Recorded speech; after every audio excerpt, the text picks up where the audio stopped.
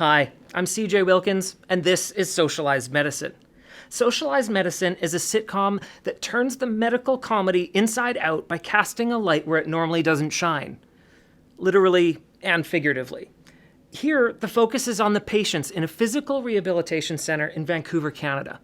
I'm calling the center simply public rehabilitation because here in Canada, the public system is the only option for healthcare, so your socioeconomic status just doesn't matter. And this is where the fun starts. We peek into a community of people who are dealing with change on every level. They're experiencing trauma and their own physical and emotional challenges. They're in a foreign environment and a system where the normal rules of life just simply don't apply. And finally, they're in a place where they have little to nothing in common with their neighbors except that they're messed up. And has anyone in the history of the world ever figured out how to tie one of these things? Honestly, is there a way? Does anyone know? Who invented this?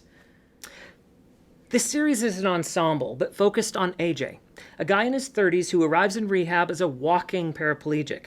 The other patients don't trust him because he's walking. Brett is AJ's roommate, an Indigenous man who's happy-go-lucky, but he's trying to get out of his wheelchair.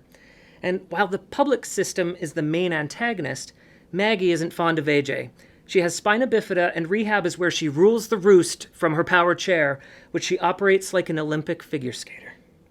Robert is 82 and wishes he was in his brand new RV rather than his wheelchair.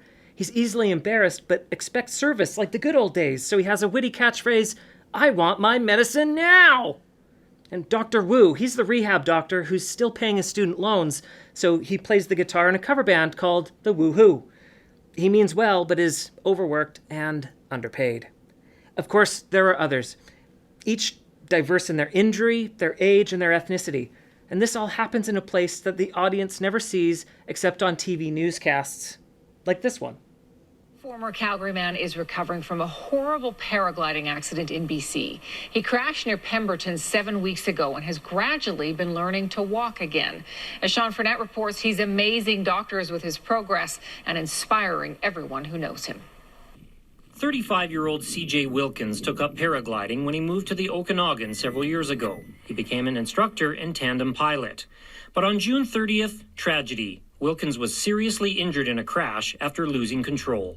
Wilkins was unconscious for 20 minutes. 2 hours later, he was airlifted to Vancouver, unsure he would survive. I broke 8 vertebrae in my lower back, and of those, I crushed 2 of them, and 2 of those entered my spinal column. After 2 operations, Wilkins began rehab. I just stood up on my own. He learned to stand, then to walk. And we're going to go for a walk. At first, only a few steps. Then, multiple flights of stairs, all while keeping up a sense of humor. Getting a little shampoo action. Oh, yeah. People maybe minimize the extent of the injuries because he's done so remarkably well. His attitude's been amazing. Doctors tell him there's potential for a full recovery, but nothing is certain with spinal cord injuries, so it's still step by step.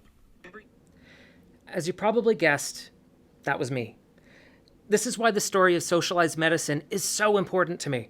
One day I'm flying around and then bam, the next I've landed in a world where I was an outsider in a system designed to be efficient, not effective. I was in a place where I didn't know anyone or have anything in common with the others. And let me tell you, this was hilarious. I had to learn how to use my body. All of it.